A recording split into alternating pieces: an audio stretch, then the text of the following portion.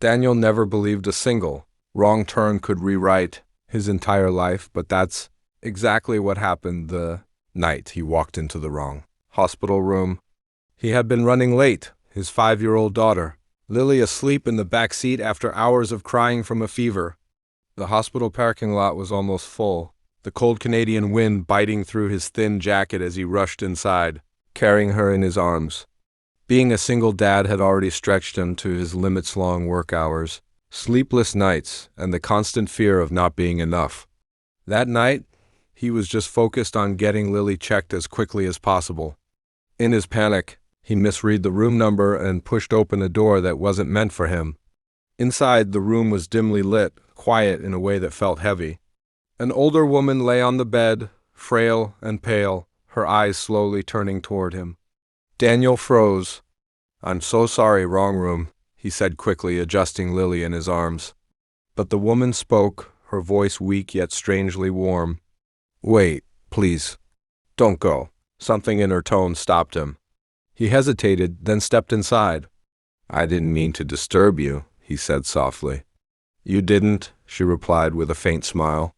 "I just thought you were someone else." Daniel shifted awkwardly, unsure what to do. Lily stirred slightly, her tiny hand clutching his shirt. The woman's eyes softened as she looked at the child.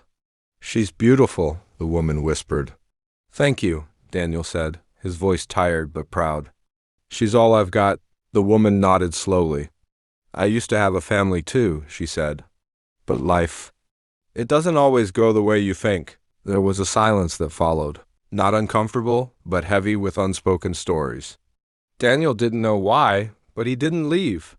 Maybe it was the loneliness in her eyes, something he recognized too well. "My name's Daniel," he said after a moment. "Margaret," she replied.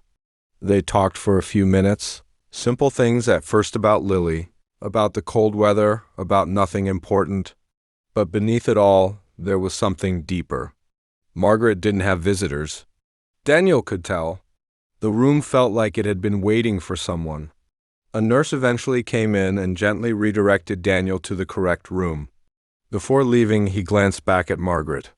She gave him a small wave, a quiet thank you in her eyes. He thought that would be the end of it. But it wasn't. The next day, after Lily's condition improved, Daniel found himself thinking about that room, about Margaret. Something didn't sit right with him, the idea of her being alone. So he went back. She looked surprised when he entered, but her face lit up in a way that made the trip worth it. From that day on, Daniel started visiting her regularly, sometimes with Lily, sometimes alone after work. What began as a mistake slowly turned into a routine. Margaret shared stories of her past of love, loss, and the quiet regrets that come with time. Daniel listened, often more,